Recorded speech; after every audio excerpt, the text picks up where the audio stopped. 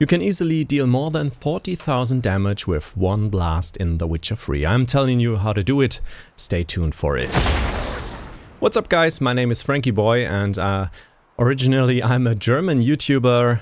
If you're from Germany you might know my channel. I am a Witcher and Assassin's Creed YouTuber, also a professional speaker. I had a role in Assassin's Creed Valhalla, which is a German role obviously, but I thought let's show the English community my builds from The Witcher 3 also, which might help you out. I think this is a nice chance for every one of you.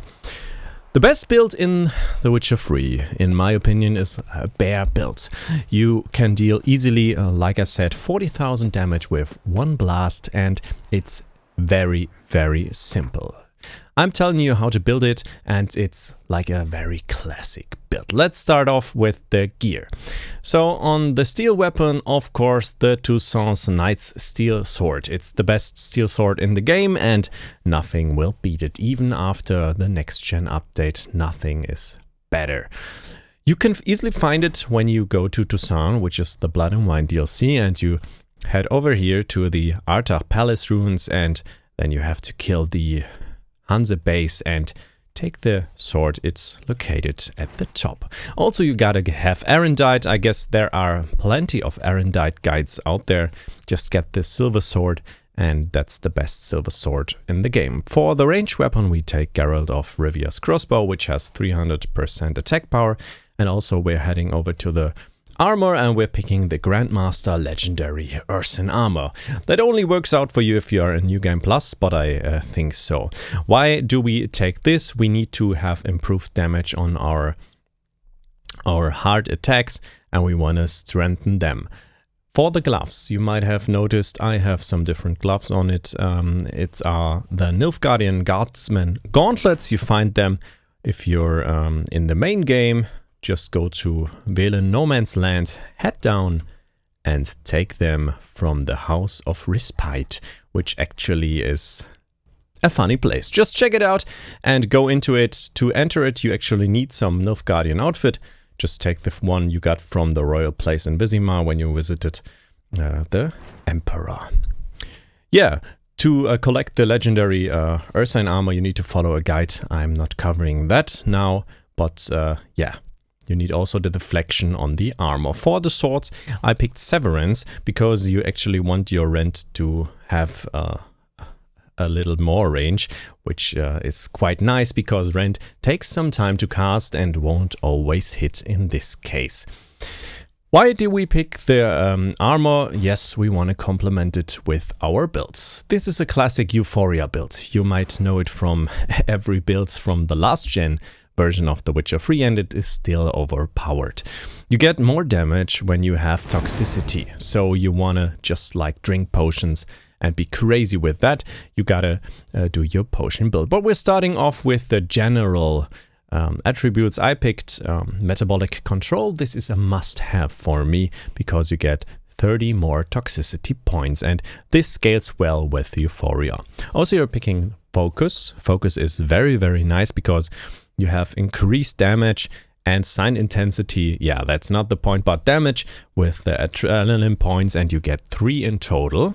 Also, we are picking the bear school techniques, and yeah, we have more vitality, but also strong attack damage increased by 20% in total. We have 4 heavy items, and we're not picking like cat school with the heavy armor with light armor enchantment. That's not what we're going for. In alchemy, we are picking the classic like Hayden Tolerance. We want to also pick Acquired Tolerance. Synergy increases your attack power further. Then you have the Killing Spree, which is basically a 100% crit build. You crit all the time with this build, and yeah, you can like do insane damage with that, with the crits. Also, you have Hunter Instinct. This is very nice to increase your critical hit damage. We increased our critical hit chance in the first place, and then we are increasing the damage. And also, I picked side effects just for fun. You could erase that from your skill tree and maybe pick like tissue transmutation, which is maybe a better pick, but I think it's really fun to have some random effects and deal with that. Besides that, we are getting into the combat tree, and the combat tree is where our damage lives. We have everything out of the strong attack row, so just go ahead and pick it all up. We have 30% increased damage, we have critical hit chance increased even further, and also the crit damage, which complements our build. We have 100% crit chance after 3 kills, which is very easy. And also the rend ability, which is also very nice. It ignores enemies' defense, so you have like no defense on every enemy. And we have the damage resistance by enemies decreased. That's very nice. Also, when we don't one-hit, we have the chance of one-hitting anyways with deadly precision. You could swap that out maybe to Undying or Fleet-footed, because the build is not as tough anymore as it was last gen. Resolve is essential. We will take damage with this build, and we will take a lot. That's a pity, and we want to reduce our adrenaline loss with everything we can. So we gotta take that, and Razor Focus is of course very nice to start with a head start. Adrenaline points is generated by when entering the combat. Really easy, very nice. Well, you could pick Undying, you could pick Fleet-footed, but you don't need to. That's the basic build. So we gotta take some potions to complement that, and these are of course the decoctions. Well, there's a few decoctions that are very nice, so I guess they are standard. First up, we want to pick the Ekimara decoction. It grants us damage for vitality, so we can heal up all the time. Second is the water hack, and this is 50% increased damage when we're at maximum health. Insane buff, we need it anyways all the time, so we want to just make sure our life is always at maximum with this third decoction, and it's called Echidna decoction. Stamina consuming actions will regenerate vitality. For the potions, I'm just sticking with the Thunderbolt. We have 35% attack power. It's insane. You could pick like Maribor Forest or maybe Tony or Swallow. Just pick what you like. We can't like increase our toxicity any further, almost, I think, so we gotta stick to that. I'm consuming a Thunderbolt now, and let's see how much damage we can do. It's essential to target the enemies, otherwise we will do less damage, and we will also get a ton of damage because this build is actually nerfed. But we can perform the rend, and it will crush the enemies, especially when we have like the one-hit ability ready with 100%. We can't do it now. What's that? So now that I fixed the bug, I actually did like 55,000 damage. I also lied in the intro about it, so that's insane. You gotta just like target the enemies and do all the damage you can with rend. Yeah, you gotta charge rend,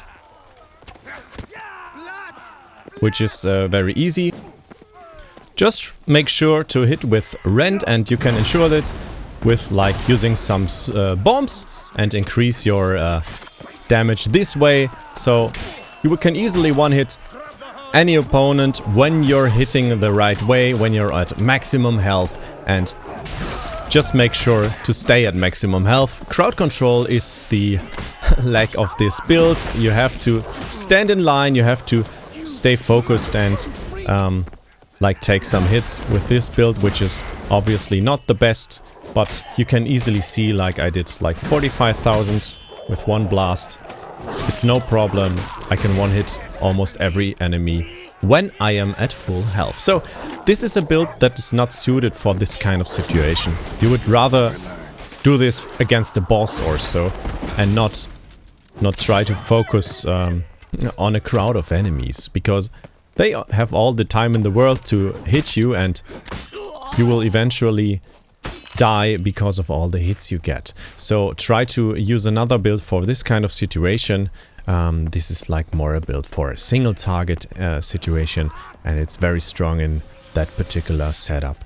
So, I really like the build, but it's not for farming, especially in the Blood and Wine DLC, where you have like loads of enemy crowds.